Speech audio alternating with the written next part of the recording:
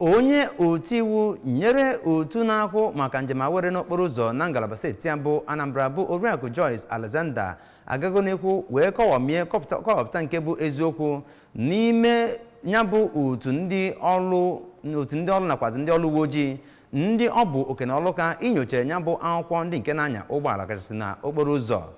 Ya bụ nkọwami bụzi nke kwesịrị ekwesị n'isochi ya bụ onye kwe na ibe ya ekwene bụ nke a na-enwe n'etiti ọha mmadụ na onye ọ bụ ọrụ ya inyocha ya bụ akwụkwọ ndị nke na-anya ụgbọala n'ụzọ pụrụ iche. Onye nta aka anyị bụ Chibụzọ Obidike ga-ewetara gị akụkọ.